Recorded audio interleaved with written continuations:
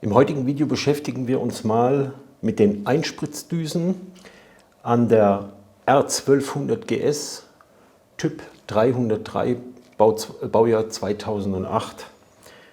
Da baue ich jetzt mal die Einspritzdüsen aus und das schauen wir uns gleich mal an. So, wir haben hier die Einspritzdüsen an der Drosselklappeneinheit. Die sitzen hier unten drin. Wir haben hier den Stecker dazu. Der Stecker hat hier vorne so eine kleine Metallspange. Die drücken wir und ziehen den Stecker einfach ab. Im nächsten Schritt haben wir hier hinten eine Schraube. Die können wir ausdrehen.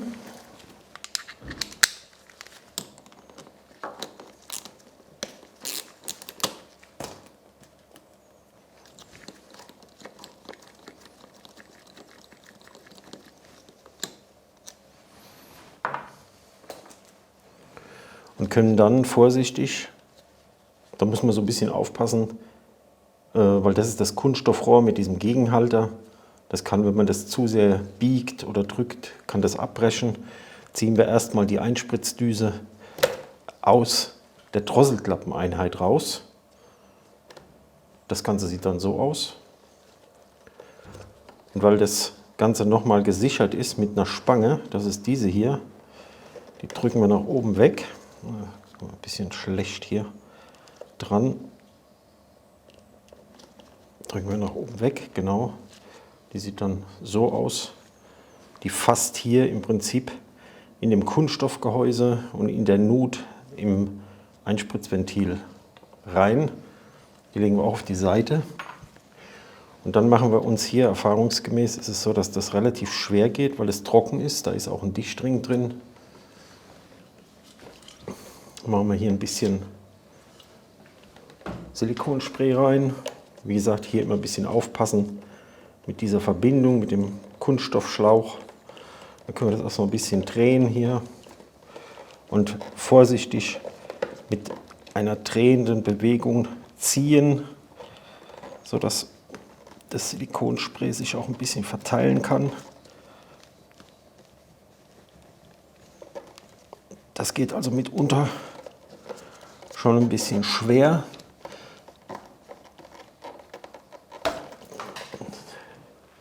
So, da kommt der restliche Kraftstoff. Das unterlegen. So, und dann haben wir auch schon die Einspritzdüse raus. Und wir müssen hier aufpassen. Wir haben nämlich hier normalerweise einen Dichtring drauf. Und der steckt in diesem Fall noch hier oben drin. Den hole ich jetzt raus. So, ne? Das ist also der Dichtring. So gucken wir, dass wir die auch haben. Und dann können wir gleich so ein bisschen hier diese Dichtringe begutachten. Gucken, wie die aussehen. Sind die aufgequollen? Haben die Risse? Im Zweifelsfall erneuert man die. Aber solange sie dicht sind, ist eigentlich alles in Ordnung. So, wir sehen hier so ein bisschen, dass das Ventil hier äußerlich verschmutzt ist und auch hier im vorderen Bereich verschmutzt ist. Das werden wir äußerlich mal ein bisschen reinigen und dann geht es schon gleich weiter. Ja, damit herzlich willkommen zu diesem Video. Ich wünsche euch viel Spaß beim Schauen und los geht's.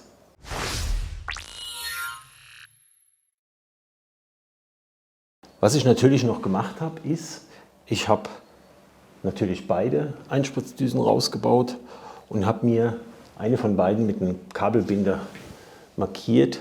Das sieht man hier, habe ich einen Kabelbinder drum gemacht. Warum habe ich das gemacht? Weil ich genau die gleiche Düse da wieder reinbaue, wo sie auch vorher war. Ich habe jetzt hier also beide Düsen. Und was wollen wir eigentlich machen? Wir wollen die Düsen reinigen. Wir wollen die Düsen testen, was für ein Sprühbild sie haben. Wir wollen schauen, ob die Düsen im Druckzustand auch dicht sind. Das heißt, wenn sie also Druck haben, dass sie auch dicht sind, dass sie nicht nachlaufen, dass sie nicht nachtropfen. Und wir wollen schauen, wie viel Kraftstoff pro Düse kommt eigentlich bei diesen Düsen raus. Das sind so diese wichtigsten Punkte, die wir uns heute angucken wollen. Ja, damit starten wir jetzt. So, die Firma Weber, die war so freundlich und hat mir dieses Gerät, nämlich den Autol CT150 Düsen, Tester und Reiniger kostenlos zur Verfügung gestellt. Und ich will natürlich darüber ein bisschen was erzählen. Was kann dieses Gerät? Und zwar, wie schon gesagt oder wie erwähnt, ein Düsentester und Reiniger. Damit kann man im Prinzip so eine Kraftstoffdüse, eine Einspritzdüse hier, ansteuern, ähnlich wie es im Fahrzeug ist. Ja, also wir haben im Fahrzeug ja auch Kraftstoffdruck durch die Kraftstoffpumpe, einen Druckregler, und somit steuern wir die hier da so an, und das Gleiche macht im Prinzip dieses Gerät. Das CT150 kann bis zu 4 Düsen gleichzeitig testen. Brauchen wir heute nicht, weil wir nur 2 haben in dem Fall. Hier ist ein integrierter Kraftstofftank drin, bis zu 2 Liter. Und haben, ja, bis zu 2 Liter, habe ich zwar noch nicht reingemacht, aber reichen auch, 1 Liter reicht eigentlich auch. Und wir haben hier auf der Rückseite haben wir so einen Kunststoffschlauch, da sehen wir den Füllstand, da ist dann auch eine Minimum- und Maximum-Markierung dran. Ist natürlich eine integrierte Pumpe drin, das heißt, ja, eine Kraftstoffpumpe sozusagen, und wir haben hier oben an dem Gerät ein Manometer, eine Druckanzeige, wo wir eben den aktuellen Druck, Kraftstoffdruck, der auf die Düse wirkt, anschauen können. Wir haben hier oben so eine Art Railrohr.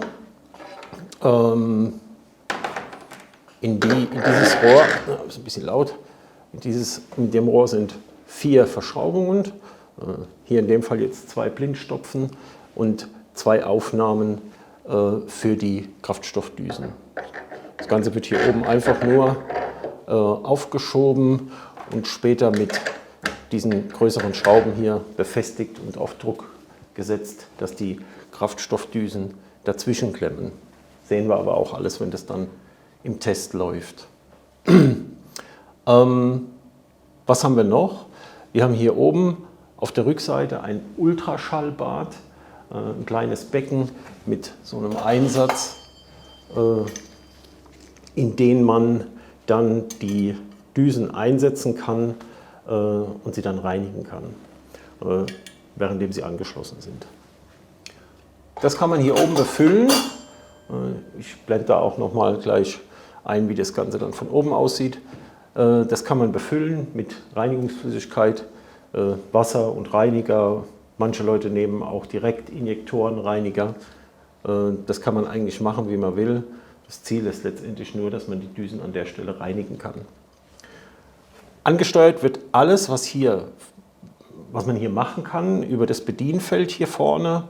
Das ist im Prinzip fast selbsterklärend, ist zwar in Englisch hier gehalten, aber ich habe das auch alles übersetzt, das heißt, wir gucken uns das dann genau an.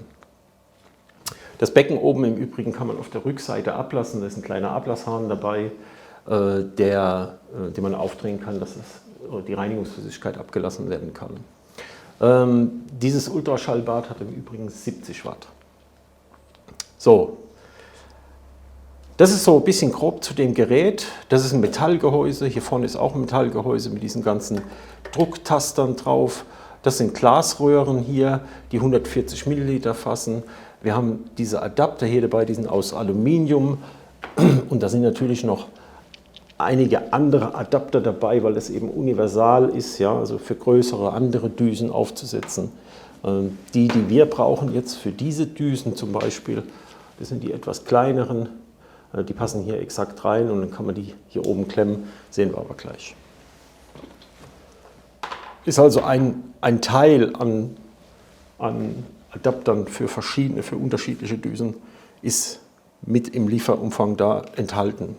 Dann haben wir einen kleinen Trichter, um das Gerät überhaupt mal vorzubefüllen mit Kraftstoff. Und wir haben hier verschiedene Adapterkabel, die für unterschiedliche Düsen bzw. um unterschiedliche Stecker an den Düsen anschließen zu können. Die werden wiederum hier mit dem Kabelbaum verbunden.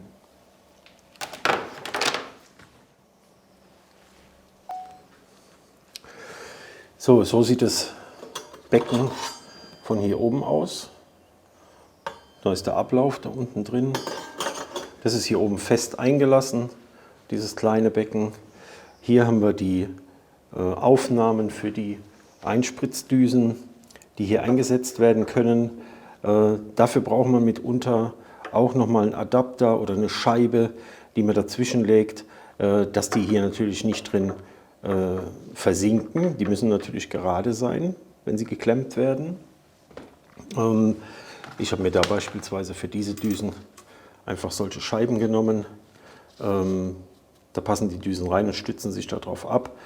Was in dem Fall wichtig ist, ist, dass die Löcher hier oben frei bleiben, dass der Druck auch entweichen kann. Jo, auf der Seite hier kommt der Kabelbaum raus für die Ansteuerung der Düsen. Wir haben hier ein Kaltgerätekabel bzw. Stecker und wir haben hier den Ein- und Ausschalter. Auf der anderen Seite, bereits erwähnt, diesen Kunststoffschlauch, der hier in der Minimum- und Maximummarkierung anzeigt, wie viel Kraftstoff da drin ist, wenn wir den auffüllen. Und auf der Rückseite haben wir den Ablasshahn für die Flüssigkeit aus dem Ultraschallbecken. Ja, was haben wir noch? Wir haben unsere Bedieneinheit. Ich kann das Ganze mal einschalten. Wir haben eine Beleuchtung hier vorne drin, eine LED-Beleuchtung. Hier in der Mitte ist übrigens der Entleerungshahn. Das heißt, wenn wir den so stellen, sind die Glasröhren dicht. Wir können also jetzt hier Kraftstoff einfüllen und wenn wir den nach oben klappen, dann geht unten für alle 4 Kolben die Klappe auf und der Kraftstoff kann wieder zurück in den Kraftstofftank fließen. Ja, ansonsten haben wir hier unsere Programmauswahl. Das können wir dann über diese Tasten hier machen. Wir haben hier verschiedene Zeiteinheiten, die wir einstellen können. Wir können die Funktionen jeweils starten, pausieren oder komplett stoppen. Und wir können über diese beiden Druckknöpfe den Druck der Kraftstoffpumpe erhöhen oder verringern. Wie bin ich eigentlich darauf gekommen? Also zum einen hatte ich ja schon bei den 1150er ein Video gemacht zu den Einspritzdüsen, zu den getillten Düsen. Da war ja das Ziel, dass die Originaldüsen, also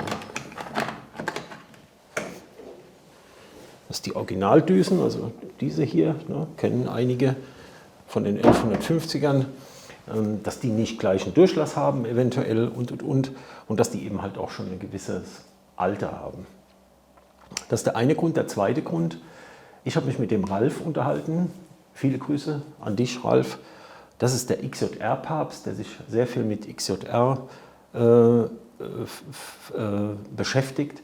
Und der hat mir den Tipp hier gegeben mit diesem Gerät, mit diesem Düsentester CT150 Autol. Und wie sind wir da eigentlich darauf gekommen? Das ist eigentlich ganz einfach. Er hat bei seinem Motorrad auch 2 Einspritzdüsen drin und das Motorrad lief immer so ein bisschen so hat er erzählt, nicht so schön, wie er sich das vorstellt, und hat dann letztendlich mal die Einspritzdüsen weggegeben zu einer Firma, die dann getestet haben und gereinigt haben, und danach ging das Ganze wieder. Das hat er wohl einige Male gemacht und naja, das war auch relativ teuer, das Ganze. Und hat sich dann irgendwann entschlossen, genau das gleiche Gerät sich zuzulegen. Und hat es eben fortan selber gemacht und war damit sehr, sehr zufrieden. Und ich hab immer gedacht, so ja, okay, man kann das weggeben. Es gibt eben Firmen, die das professionell machen, kostet eine Stange Geld. Und ich hatte das überhaupt gar nicht auf dem Schirm, solche Geräte zu nutzen oder so ein Gerät zu nutzen, um sowas eben selber zu machen. Naja, und kurze Zeit später, nachdem wir natürlich ein bisschen Erfahrung ausgetauscht haben und so weiter und so fort, hatte ich dann auch dieses Gerät hier und habe das natürlich im Vorfeld auch schon getestet, mir das Teil genau angeguckt und ich war wirklich, muss ich sagen, überrascht von der Qualität, von der Verarbeitungsqualität und auch natürlich von der, was das Wichtigste ist, von der Funktionalität von diesem Gerät. Ob die Ergebnisse in diesem Gerät oder mit diesem Gerät 100% die gleichen sind, wie die, wenn man keine Ahnung, ein professionelles Düsentestgerät hat, was mitunter mehrere tausend Euro kostet, ob die annähernd gleich sind oder ob die Ergebnisse die gleichen sind, das kann ich nicht sagen, das weiß ich nicht. Aber ich denke mir, dieses Gerät macht etwas und das macht es meines Erachtens sehr, sehr zuverlässig. Und ich kann auch etwas erkennen bei dieser ganzen Geschichte. Und deshalb machen wir heute dieses Video und gucken uns eben halt mal diese Düsen an, die wir gerade ausgebaut haben und schauen mal, was das Ergebnis am Endeffekt ist. Keine Ahnung, ich habe die selbst noch nicht getestet. Die ganzen anderen Düsen, also die alten 1150er Düsen und auch meine Düsen aus der 1150er, die getilgten Düsen, die hatte ich hier auch schon eingebaut. Und da war es in der Tat so, dass beim Test, also bei dem Mengentest, welche Menge an Kraftstoff durchläuft, in einer gewissen Zeit gleich war. Exakt gleich war. Zu reinigen gab es da nicht viel, weil die waren relativ neu und das hat gepasst. Ergebnis war zumindest damals sehr, sehr gut. So, was machen wir als erstes? Wir befüllen das Gerät mal mit Kraftstoff. Ich habe mir dazu hier mal ein bisschen Kraftstoff abgemessen. Das läuft also über den Glaskolben in den Tank unten rein. Ein bisschen vorsichtig machen, weil das Ganze relativ klein ist. Also da würde ich mir dann auch irgendwann mal so ein bisschen einen größeren Trichter dazu packen. Aber gut, das geht jetzt hier auch. Wir machen das mal so, wie das gekommen ist, das Ding. Und so befüllen wir das. Ich habe jetzt hier 750 Milliliter abgemessen und Superkraftstoff und behalte jetzt hier auch beim Füllen dieses kleine Röhrchen hinten links am Gerät, was wir vorhin gesehen haben im Auge, wann der Füllstand da eben halt passt, dass wir nicht über maximal rauslaufen. Ich kann das mal als Test machen. Ich schließe jetzt hier unten mal und fülle hier weiter ein.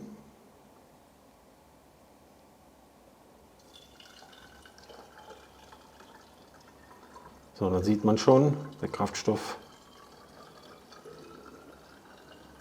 steigt in dem Glaskolben an. Und wenn ich jetzt hier wieder öffne, Achtung, dann läuft der Kraftstoff in den eingebauten Behälter. So, wir haben jetzt hier auf der Rückseite Kraftstoffanzeige. Da ist noch nicht beim Maximum.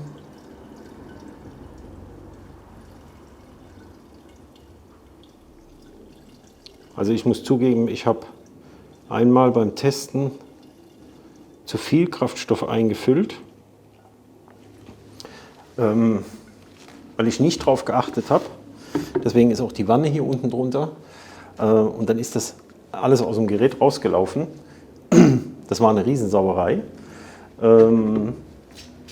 Ging aber, war alles in Ordnung danach wieder. Sauber gemacht, passt. So, jetzt haben wir nicht ganz Maximum, aber das reicht schon. Haben wir aufgefüllt, das passt, wunderbar. Ich mache das bei den Düsen jetzt so, ich mache die nicht sauber vorher. Die sind also, wie sie sind, ja, schmutzig. Außen habe ich sie natürlich gereinigt, aber ich tue die vorher noch nicht ins Ultraschallbad rein, weil ich ja sehen will, welchen Zustand die gerade aktuell haben. So, und dann habe ich hier zwei einfache Scheiben. Man könnte auch rein theoretisch diese Scheiben hier verwenden, geht genauso. Werden wir vielleicht auch machen, genau. So setzen wir das Ganze auf bei beiden. Und vorher, weil die Dichtungen ja dann trocken sind, habe ich hier so ein bisschen ganz normale Vaseline, mit denen ich im Prinzip hier die Dichtung ein bisschen einstreiche, dass die letztendlich in den Adapter hier reinpassen. Wenn man die hier mit Gewalt reindrückt, das geht zwar auch, aber ein bisschen Schmiere ist gar nicht so verkehrt an der Stelle. Und genau das mache ich jetzt mal.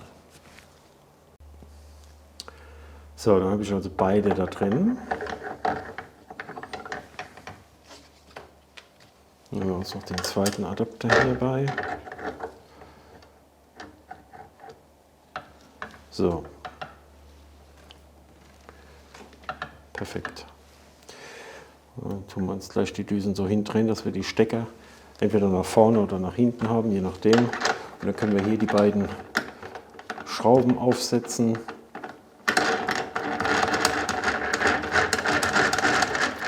Und das Ganze mit Bedacht nach unten drücken. Da muss man also nicht besonders viel hier andrücken, dass die 100% angeknallt sind. Letztendlich ist es wichtig, dass die hier oben dicht sind und hier unten sprühen sie sowieso direkt in das Glas hinein. So, und dann haben wir hier die Adapterkabel. Es gibt bestimmt auch Düsen, bei denen der Stecker, der hier drauf ist, der hier dabei ist, dieser Stecker direkt auch passt. In dem Fall ist das nicht so. In dem Fall brauchen wir dieses Adapterkabel. Das können wir hier vorne einfach zusammenstecken. Und dann haben wir hier Plus und Minus, und zwar Unterschiede. Ich hoffe, dass man das so ein bisschen sehen kann. Breit und dünn. Und da wir hier an den Düsen diese breiten Plättchen haben, schließen wir die letztendlich einfach so hier an und setzen die da rein. So, das ist Nummer 1. Können wir nach hinten legen. Und Nummer 2.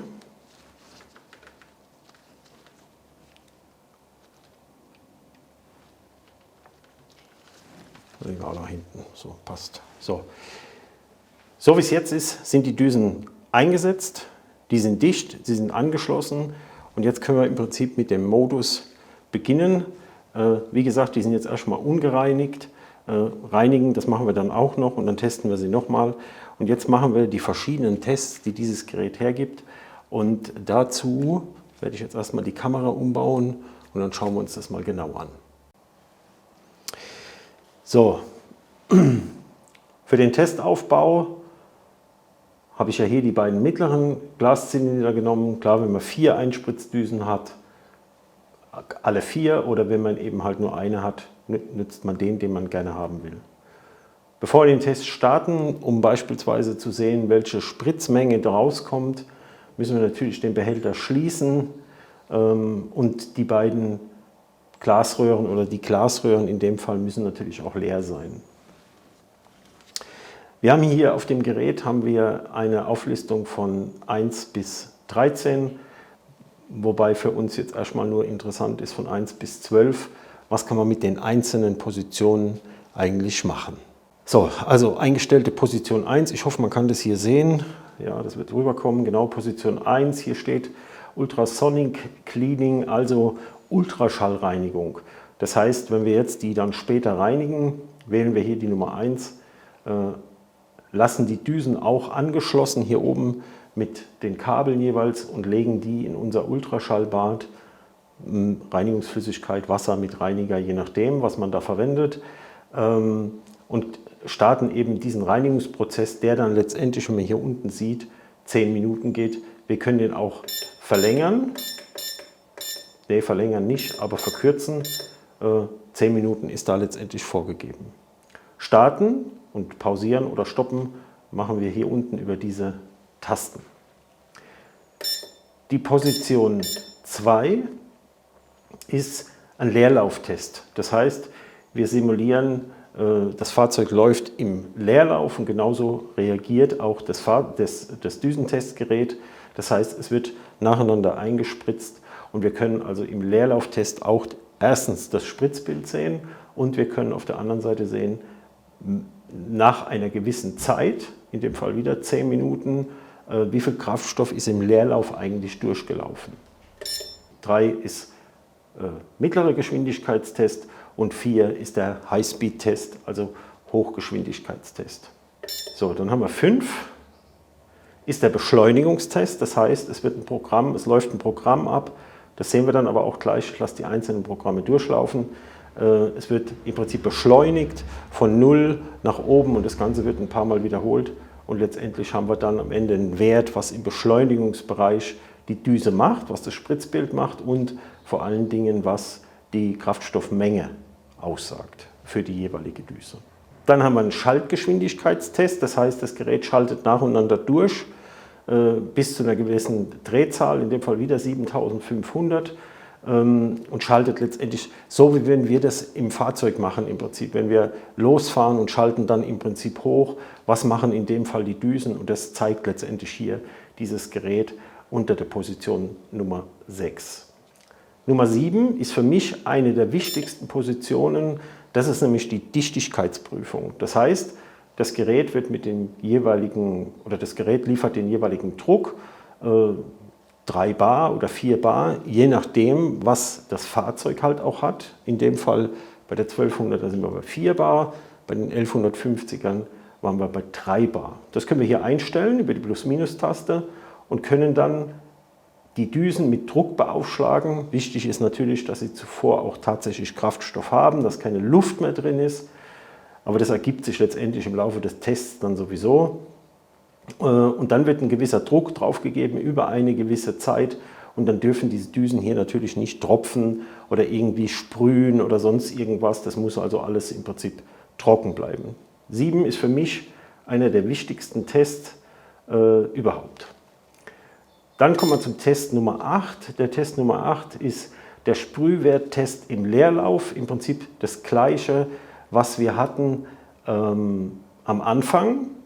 Nur in dem Fall ist es so, dass beide Düsen gleichzeitig angesteuert werden und wir sehen dann in diesem Fall die tatsächliche Menge an Kraftstoff, die pro Düse letztendlich rauskommt und der Kraftstoffstand steigt im jeweiligen Glaszylinder gleich an. Das sollte er tun.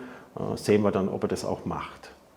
Bei 9 haben wir das Ganze wieder bei der mittleren Geschwindigkeit mit dem Sprühwerttest und bei der 10 ist es letztendlich der Hochgeschwindigkeitstest. Ob die Düsen letztendlich in diesem ganzen Verlauf auch tatsächlich immer den gleichen Wert bringen. Es könnte ja beispielsweise sein, dass bei 6000 Umdrehungen auf der einen Düse viel mehr Kraftstoff auskommt wie auf der anderen. Das sollte natürlich so nicht sein. Und das können wir über diese Positionen 8, 9 und 10 herausfinden. Das ist für mich auch, wie die Nummer 7, eine der wichtigsten Informationen.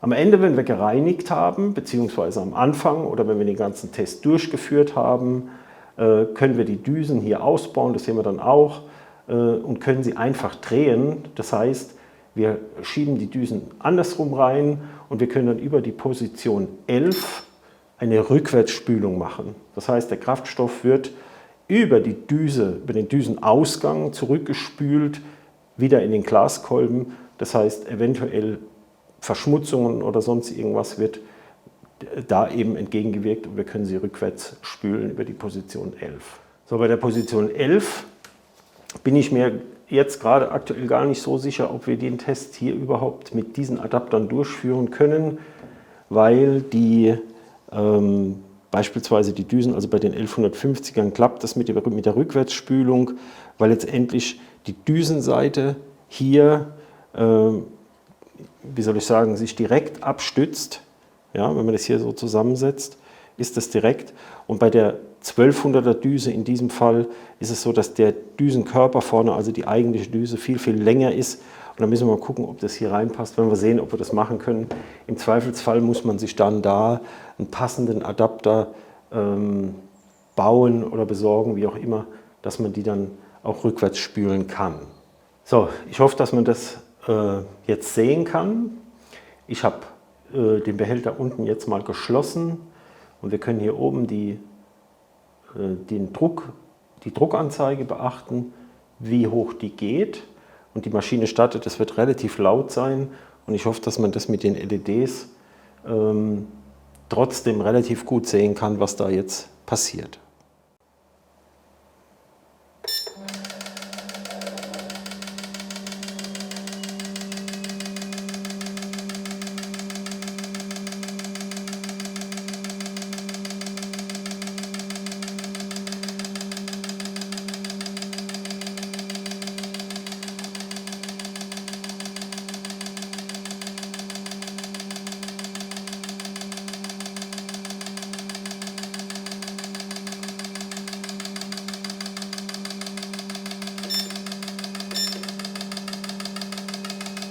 So, ich habe das Ganze jetzt hochgestellt auf 4 Bar. Das Ganze läuft jetzt bei einer Taktung von 3, das ist so ein Standardwert. Und das läuft eben 10 Minuten runter. Und nach 10 Minuten hat man dann hier den Füllstand. Das ist übrigens die Position 2 hier vorne auf dem Gerät. Und das ist der Leerlauftest für die beiden Düsen.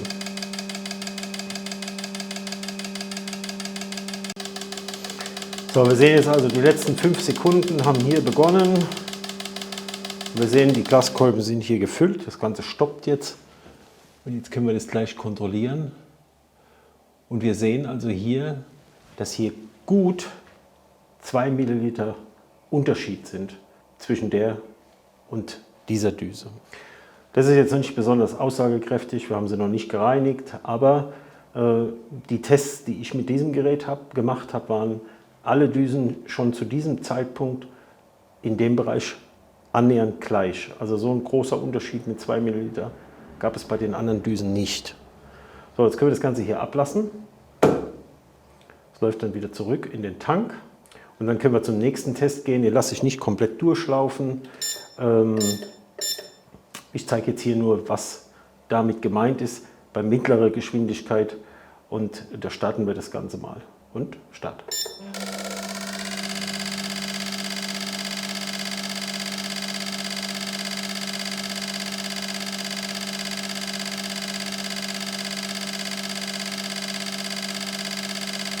Das Ganze läuft in dem Fall nur 1 Minute.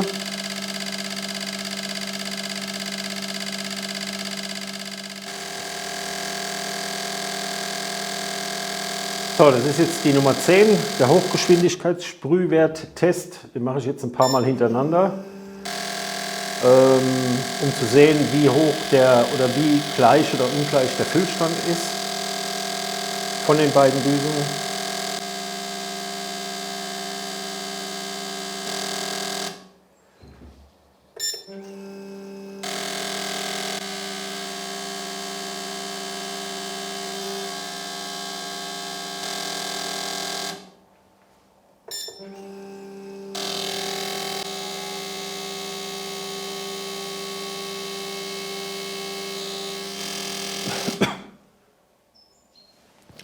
So, und ich hoffe, man kann das jetzt sehen im Bild.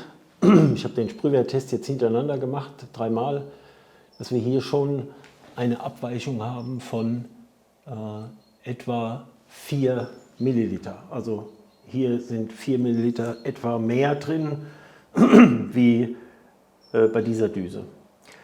Das heißt letztendlich, dass es hier offenbar einen Unterschied gibt an der Menge eben halt, die durchgelassen wird letztendlich.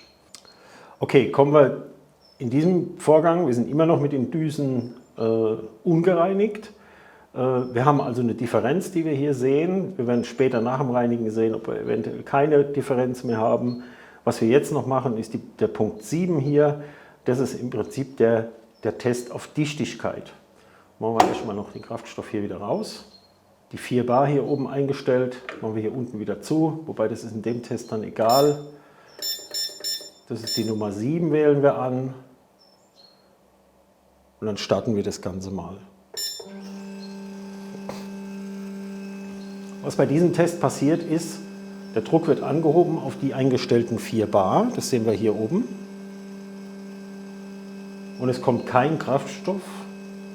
Und das zeigt eben, weil die Düsen nicht angesteuert werden von diesem Gerät, dass die Düse geschlossen ist und es eben hier oben an der Düse keine Tropfenbildung gibt und es läuft auch nichts heraus. Das heißt, die Düse ist letztendlich dicht und das ist, wie gesagt, Nummer 7 war für mich eines der wichtigsten Tests, die man durchführen kann, dass man sieht, dass die Düsen letztendlich nicht nachtropfen oder dass eventuell der Kraftstoff dadurch in den Zylinder hineinläuft und. Also das kann man hier ganz gut sehen und in dem Fall ist es so, dass die Düsen also dicht sind. Auch da läuft wieder eine gewisse Zeit ab, wo der Druck beaufschlagt wird und es schaltet dann letztendlich selbstständig ab. Ja, das waren jetzt mal diese einzelnen Tests, die man hier machen kann. Es muss nicht jeder Test letztendlich durchgeführt werden. Also ich habe das bei den ganzen Düsen auch nicht alles durchlaufen lassen, weil wie gesagt, für mich interessant ist die Menge, die durchgeht. Für mich ist interessant, wie sieht das Spritzbild oben aus in der Düse und die Dichtigkeitsprüfung. Ich habe jetzt auch nicht alle Tests jetzt hier durchgeführt und auch nicht in der kompletten Zeit gezeigt, weil dann würde das Video wirklich also Ausmaße annehmen, die will ich euch nicht antun. Aber ich denke, das Prinzip von so einer Maschine ist klar und dass das hier auch funktioniert, ist ebenfalls klar. So, was ich jetzt machen werde, ist, ich werde die Düsen rausbauen, werde die Reinigungsflüssigkeit ins Ultraschallbad geben und dann werden wir mal die Düsen reinigen, über 10 Minuten im Ultraschallbad, schauen uns die dann nochmal an und setzen die Düsen dann nochmal in das Testgerät ein. Das mache ich jetzt mal und dann sehen wir uns gleich wieder. Da muss man immer ein bisschen gucken, dass man dieses Railrohr ein bisschen nach oben hält, auch, dass der restliche Kraftstoff, der sich hier drin befindet, über den Schlauch zurücklaufen kann und sich dann am besten so eine Wanne noch dazu hier nimmt, indem man das so ein bisschen ablaufen lassen kann, weil es sonst ein bisschen Sauerei gibt. So, dann habe ich ja vorhin gezeigt, dass wir hier so einen Einsatz drin haben. Der Einsatz, den kann man rausnehmen, genau. Und dann können wir die Injektoren bzw. ja, die Düsen hier reinlegen und schließen die auch direkt an. Dann machen wir unseren Reiniger hier rein. Und das ist jetzt bei mir ein Ultraschallbadreiniger, der eben halt auch für Injektoren gedacht ist. Und dann ist es so, dass die, je nachdem, was man für einen Reiniger verwendet, bei diesem Reiniger ist es so, dass man warmes Wasser nehmen soll. Das muss man dann jeweils immer gucken, was für einen Reiniger man hat und was da im Prinzip vorgegeben ist. So, dann füllen wir das so ein bisschen hier auf. Bei einem Ultraschallbad ist es auch immer ganz entscheidend, dass eine gewisse Menge auch im Ultraschallbad drin ist und nicht zu wenig drin ist.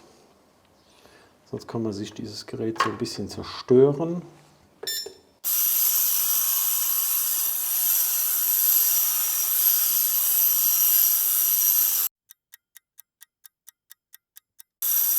So, ich hoffe also, man kann mich verstehen. Bisschen unangenehmes Geräusch, deswegen mache ich es schnell. Die Düse wird also während dem Reinigungsprozess angesteuert, geöffnet und geschlossen. Und man sieht es dann manchmal, hier kommt dann ein Tropfen raus. Kann man beim Ultraschallbad schlecht erkennen, dass da immer so ein kleiner Stoß auch rauskommt vorne. Ja. Jetzt haben wir insgesamt 20 Minuten gereinigt. Und natürlich ist es jetzt so, da kann es sein, dass eben innerhalb der Düse, an der Düsennadel, sich Kraftstoffreste gelöst haben oder je nach, also kann sein, kann man jetzt so nicht testen genau, aber wir gehen mal davon aus und wenn wir jetzt einfach diese Düsen so wieder einbauen würden, hier vorne zum Testen, dann würden wir den Dreck, der da drin ist, eben halt durch die Düse vorne versuchen durchzudrücken. Das wollen wir nicht. Und deswegen gehe ich hin und drücke die hinten mit etwas Druckluft in die andere Richtung aus. So, dann müssen wir gucken, ob das damit geht. Dazu müssen wir natürlich auch nochmal das Ultraschallbad einschalten, dass die Düse geöffnet und geschlossen wird.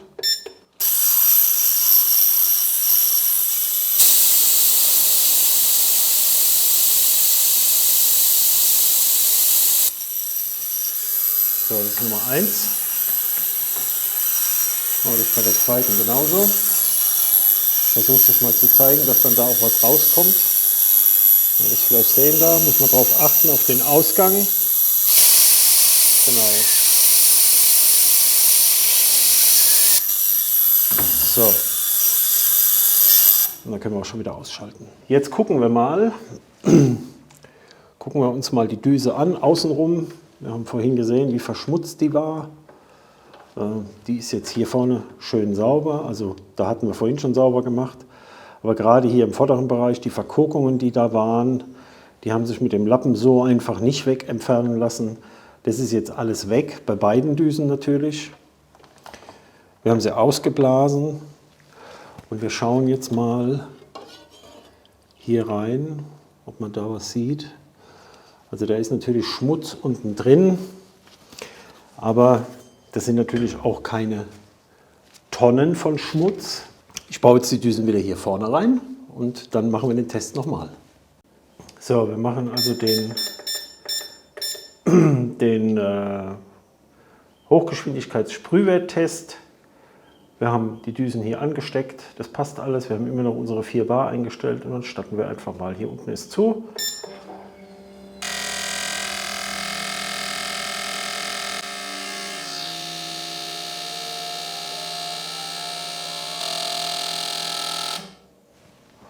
So, das Ganze lassen wir ein paar Mal hintereinander laufen.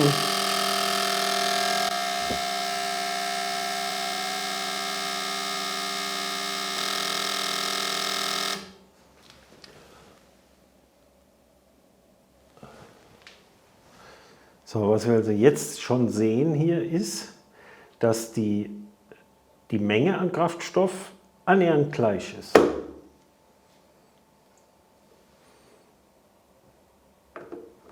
So, machen wir den Beschleunigungstest nochmal.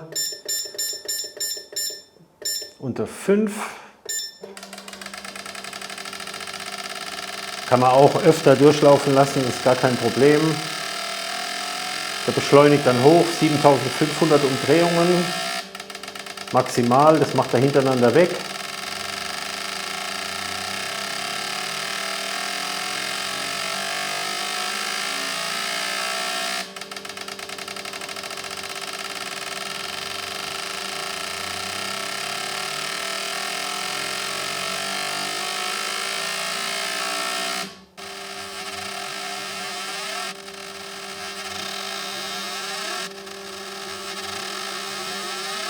Also es gibt noch einen minimalen Unterschied hier bei diesem Test zwischen den beiden. Minimal, aber nicht mehr so stark wie vorhin.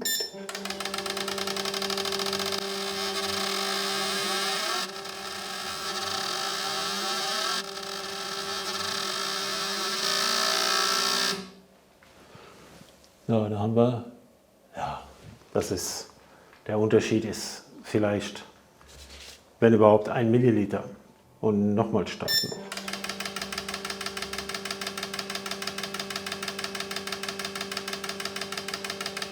Man kann also auch schön sehen, auch wenn die LEDs hinten dran ein bisschen blenden, immer im Prinzip den Sprühstoß, den man sieht bei beiden.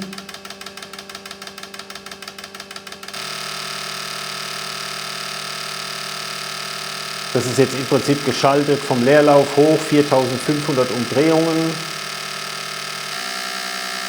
und 7500 Umdrehungen.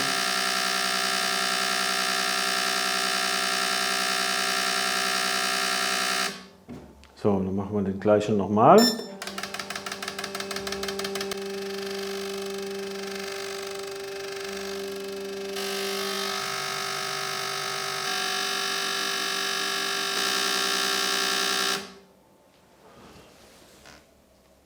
Ja, also da gibt es, wie gesagt, kaum noch, also im Vergleich zum ersten Test waren wir wirklich bei 4 Milliliter, zwischen 3 und 4 Milliliter Differenz zwischen beiden.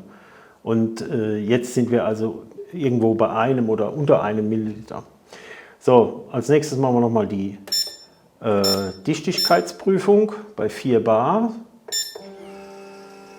Wir könnten hier auch noch den Druck erhöhen. Ja, sehen wir oben auf der Anzeige. 4,5 Bar. Und es tropft nichts, es sprüht nichts, gar nichts. Das läuft dann auch eine gewisse Zeit ab. Denke ich, brauchen wir jetzt aber dann auch nicht mehr komplett laufen lassen. Ich denke, das Prinzip ist verstanden. Und starten das nochmal.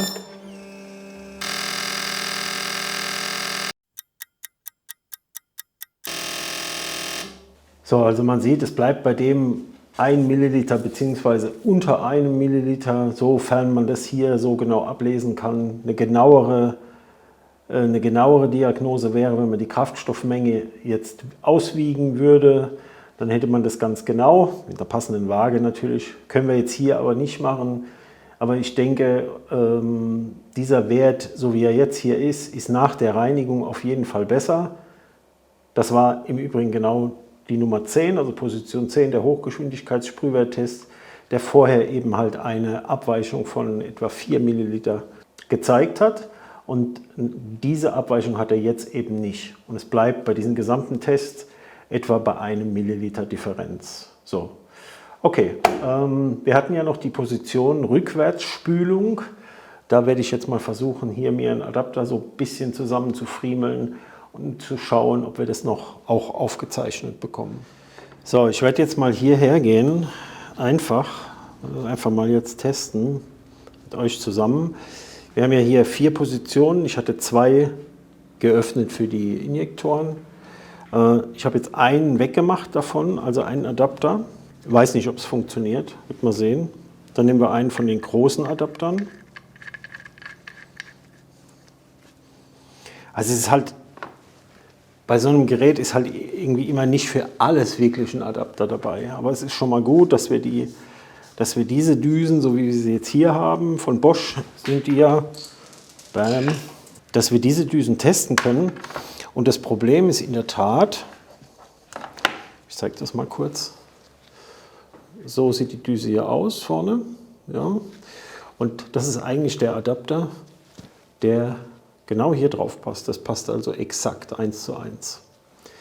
Das Ding ist aber, dass dieser Adapter zu kurz ist. Das heißt, weil die Dichtung hier weit hinten ist, im Vergleich zu den 1150er Düsen, die dann letztendlich so aussehen, da haben wir sehr weit vorne auch eine Dichtung und da können wir das auch hier benutzen für die Rückwärtsspülung. Das geht. Aber das passt hier nicht. So, und ich habe keinen anderen Adaptersatz. Ich habe mir jetzt überlegt, etwas zu tun. Vielleicht funktioniert das. Ich werde das jetzt erstmal nur mit einem testen. Werden wir sehen, ob das geht. So. Ich habe also 3 verschlossen.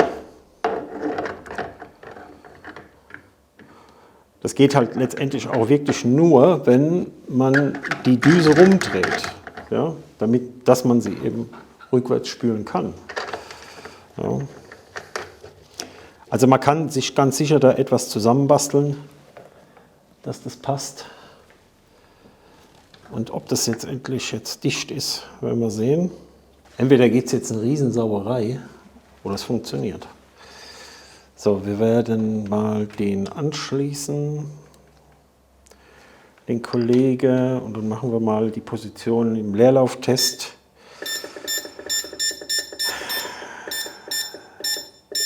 Da kommt am wenigsten Kraftstoff raus. Können wir es auch gleich wieder ausschalten. So, aufpassen. Das erste Mal, dass ich das so mache, mit dieser Variante hier.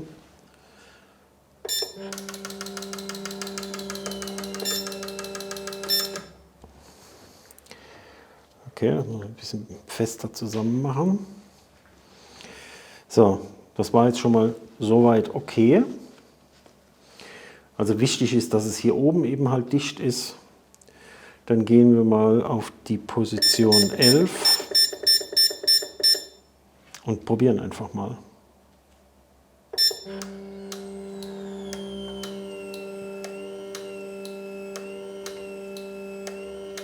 Funktioniert soweit, ja? Ich hole euch mal ein bisschen näher her.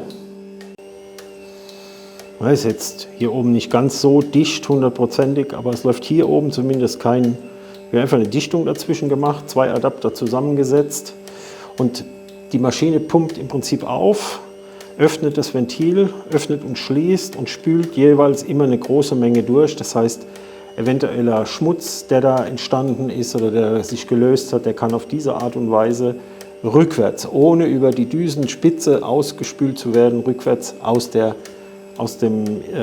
Einspritzdüse ausgespült werden. So. Schaltet auch automatisch ab und das können wir dann jetzt noch mit der anderen Düse machen. So, auch hier funktioniert es wunderbar. Ich habe jetzt einfach von den anderen Adaptern einen unten eingesetzt. Also man ist da schon flexibel, kann sich da so ein bisschen was einfallen lassen. Wer natürlich eine Drehbank hat, der kann sich so einen Adapter drehen für seine Düsen, wie er das will, oder drehen lassen, wie auch immer. Ja. Man findet da irgendwie immer eine Lösung. Ja. Also das ist jetzt hier dicht und das ist das Ziel. Es gibt immer ein bisschen Sauerei da oben rum, aber letztendlich macht die Maschine jetzt genau das, was sie machen soll. Sie spült genau den Injektor rückwärts und Ziel erreicht. Perfekt. Also für mich ist das absolut in Ordnung. So, das können wir jetzt laufen lassen, bis es hier unten abschaltet und dann ist gut. Das ist jetzt nur äußerlich, aber die Düsen sind da oben im Bereich wieder tippitoppi, auch sauber. Klar, das liegt natürlich auch am Ende am Reiniger. Kriege ich das hier ein bisschen scharf? Naja, ihr seht das, ihr wisst, was ich meine. Die können jetzt wieder eingebaut werden. Und dann werden wir mal schauen, wenn das Motorrad wieder fährt, ob der Fahrer da so ein bisschen einen Unterschied merkt. Das werden wahrscheinlich nicht die Riesenwelten sein, ne? Aber der Ralf zum Beispiel hat mir ja auch erzählt, dass er das auch gemerkt hat bei seinem Motorrad. Und aufgrund dessen das eben halt regelmäßig gemacht hat. Und genau darum geht es mir persönlich bei diesem Gerät, dass man sagt, okay, ich kann jetzt sagen, nach dem Winter, nach der Winterstandzeit zum Beispiel, in der Zeit steht ja hier auch Kraftstoff im Übrigen drin, der ja auch nicht besser wird über die Standzeit. Und ich kann dann vor der ersten Saison sagen, ich baue die einfach schnell mal eben aus. Das ist relativ leicht gemacht, bei fast allen Fahrzeugen oder bei vielen Fahrzeugen. Und kann die in diese Maschine hier reinpacken. Brauche ein bisschen Kraftstoff, habe meine Adapter dabei, ein kleines bisschen an Werkzeug und so. Und kann die Düsen eben halt testen und vor allen Dingen auch reinigen. Natürlich kann man das auch einfach so machen in einem Ultraschallbad, wenn man sowas zu Hause hat. Das geht natürlich auch. Das Problem ist allerdings, dass wir während dem Reinigungsprozess, und das haben wir ja gesehen jetzt hier im Video, dass wir diese Düse ansteuern müssen. Weil wenn sie zu ist, kommt nicht überall da Reinigung hin, wo sie hinkommen soll, und es kann sich eben eventuelle Verschmutzung nicht so lösen. Deswegen braucht man eben schon etwas, was die Düse letztendlich ansteuert, öffnet und schließt und man sie dadurch dann eben halt sauber bekommt. Bei diesen Düsen speziell haben wir gesehen im Video, dass es zuerst vor der Reinigung eben halt eine Differenz gab zwischen beiden Düsen und nach der Reinigung es zwar immer noch eine Differenz gab, aber die war nicht mehr so hoch. Das heißt, die Reinigung selbst hat in dem Fall schon was gebracht. Der Besitzer von dem Fahrzeug war jetzt gerade eben halt auch da und hat gesagt, naja gut, aber mit dieser Differenz kann ich gut leben, alles ist in Ordnung. Und das meine ich auch. Die Kiste wird laufen, 100%. Ja, und abschließend zu diesem Gerät. Ich muss sagen, hatte ich schon am Anfang gesagt, ich bin wirklich angenehm überrascht über die Verarbeitung, über die Funktionalität von dem Gerät. Ich hatte das hinten auch offen auf der Rückseite, was man eigentlich ja nicht machen sollte, aber ich wollte wissen, wie ist das Gerät innen drin verarbeitet, wie sind die Steckerkontakte und das alles gemacht, wie ist das mit diesem Ultraschallbad da hinten, wie ist das alles verbaut. Und ich muss mal gucken, es kann sein, dass ich noch ein paar Bilder habe, die blende ich dann jetzt mal hier ein. Auch das Innenleben von diesem Gerät ist, also gibt es nichts, top. Ja, kein Billigschund oder so irgendwas, macht schon was her und funktioniert für mich. Jetzt muss natürlich jeder sich die Frage selbst stellen, brauche ich sowas oder brauche ich das nicht? Wenn man das regelmäßig machen will und vielleicht mehrere Fahrzeuge hat, dann denke ich, lohnt sich die Anschaffung von so einem Gerät, wenn man es regelmäßig machen will. Insbesondere dann, wenn man es regelmäßig macht, so ein Gerät aber nicht hat und muss diese Düsen immer eben weggeben. Das heißt, man muss irgendjemand dafür bezahlen, dass er genau diese Arbeit macht. Und wenn wir überlegen, ich weiß jetzt nicht, was das Gerät aktuell kostet, ich glaube 290 € oder so irgendwas. Ich verlinke euch das im Übrigen unten in der Videobeschreibung. Und das ist im Übrigen dann auch ein Affiliate-Link. Das heißt, solltet ihr das bestellen über diesen Link, bekomme ich wahrscheinlich, keine Ahnung, das habe ich bei der Firma auch noch nicht gemacht vorher, eine kleine Provision. Ihr zahlt dadurch nicht mehr. Wenn man sich überlegt, bei diesem Preis, wie oft man losgehen kann und kann das bei einer Firma machen lassen, naja, da würde ich sagen, nach dem 3. Mal das selber machen mit so einer Maschine, hat sich das schon amortisiert. Insofern, ich finde es gut, für mich ist das absolut ausreichend, absolut passend. Ich habe ja im Übrigen auch die Düsen von Tilz getestet, auch mit diesem Gerät. Das habe ich nicht aufgezeichnet, weil das war im Rahmen mit dem Test, mit diesem Gerät, wie das alles funktioniert. Man muss sich ja da auch erstmal reinarbeiten. Und da war es also in der Tat so, dass auch diese Düsen hier exakt gleich waren. Ja, also das war ja für mich so ein bisschen der Gedanke, wo ich gesagt habe, naja, schauen wir mal, ob die tatsächlich die gleiche Durchlassmenge haben. Jetzt muss man natürlich aber auch dazu sagen, die Tilz-Düsen, die sind ja ausgeliefert. Das hatten wir in dem Video, was ich hier oben verlinken kann, schon erörtert. Aber Tilz testet das mit einem anderen Gerät und mit etwas anderen Werten. Und der macht das auch nochmal genauer. Der geht nicht nach der Milliliterzahl, sondern der misst im Prinzip das Gewicht des Kraftstoffs, das daraus gekommen ist. Ja, der hat eine Maschine, mit der man bei der man die Glaskolben rausbauen kann und kann das dann wiegen. Und das ist natürlich um einiges exakter wie das hier. Aber wir reden da natürlich auch um Preisspannen, die ja, für den Otto-Normalverbraucher uninteressant sind, so viel Geld auszugeben für so eine Maschine. Aber hier haben wir schon ein relativ gutes Ergebnis. Ja, liebe Freunde, das war's mit dem Video Autol CT150 und Einspritzdüsen der R1200 GS. Mehr kann man dazu nicht sagen. Ich hoffe, euch hat es Spaß gemacht, das mal zu sehen. Euch hat es was gebracht. Und mir bleibt eigentlich nur noch zu sagen, ich freue mich aufs nächste Video und wir sehen uns. Bis dann. Ciao, ciao.